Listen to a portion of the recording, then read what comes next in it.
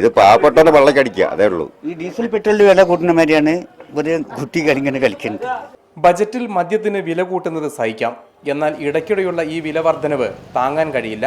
മാറി മാറി വരുന്ന സർക്കാരുകൾ കുടിയന്മാരെ പിഴിയുകയാണ്. ഖജനാവിൽ കാശ് നിറയുന്നത് മദ്യപാനികളുടെ പണം കൊണ്ടാണ്. ഖജനാവിൽ പൈസ ഇല്ല എന്നാണ് നമ്മൾ പത്രത്തിൽ വായിച്ചത്. കഴിഞ്ഞ കൊല്ലം കോൺഗ്രസും ഭരിക്കും, അപ്പോൾ ഇവർക്ക് അവിടെ പൈസ ഇല്ല എന്നാണ് പറഞ്ഞത്. അപ്പോൾ ഒരു 10 റുപ്യ കൂട്ടി, അതിനിപ്പം പ്രതികരിക്കാൻ ആരും ഒന്നും തയ്യാറല്ല. നിർമ്മാണ ചെലവ് വളരെ കുറവായിട്ടും മദ്യത്തിന് യഥേഷ്ടം വില വർദ്ധിപ്പിക്കുകയാണ്. പ്രതികരിക്കാൻ ആരും തയ്യാറാകാത്തത് കൊണ്ടാണ് സർക്കാർ ഇങ്ങനെ പിഴിയുന്നത്, മദ്യപാനികൾ പറയുന്നു.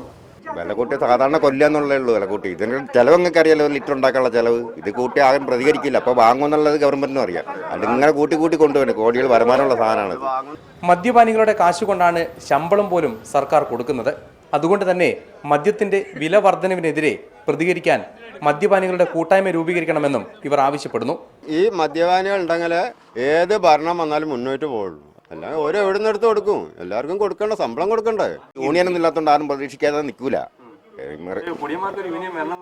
ശരിക്കും അങ്ങനെ വരണം.